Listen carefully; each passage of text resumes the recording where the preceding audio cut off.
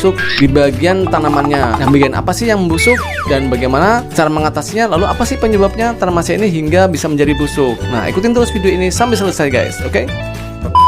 Nah, ini dia guys, ini adalah tanaman hias aglonema saya, Suksom Jepong pendek ya. Nah, ini dia yang mengalami yaitu yang namanya busuk daun. Nah, kita cek yuk untuk daunnya.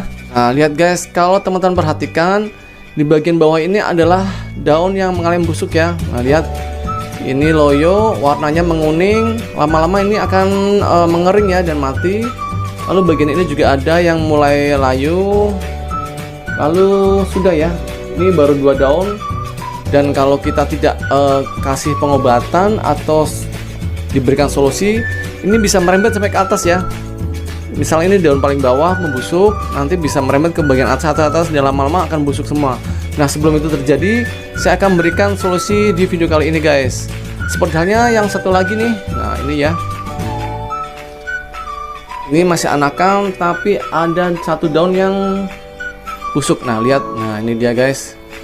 Sudah mengalami keriput ya, loyo seperti ini. Nah, ini dipastikan busuk. Sebenarnya apa sih penyebab dari tanaman aglonema yang biasanya membusuk pada daun, bisa pada batang, bahkan pada akar? Kalau serangan busuk pada daun ini tidak terlalu membahayakan ya, atau tidak terlalu parah. Yang paling parah adalah yaitu pada busuk pada batang dan akar. Nah, itu kita harus lebih ekstra waspada.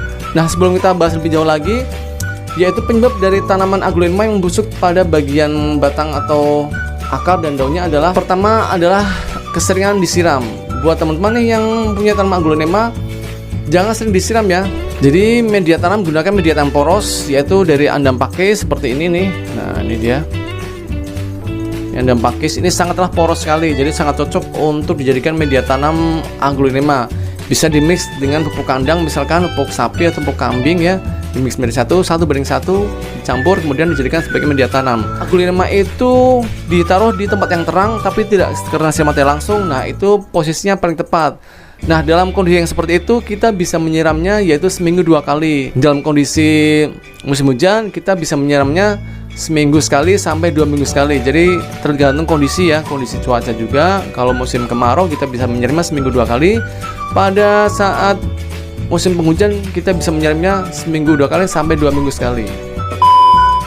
Lalu yang kedua adalah keseringan dipindah tanam. Seperti yang terjadi pada tanaman saya ini, yaitu sering saya pindah tanam jadi seperti ini jadinya. Alhasil karena proses adaptasinya itu gagal sehingga akan mengakibatkan layu pada daun-daunnya seperti ini. Ya. Lalu yang sudah layu seperti ini, kita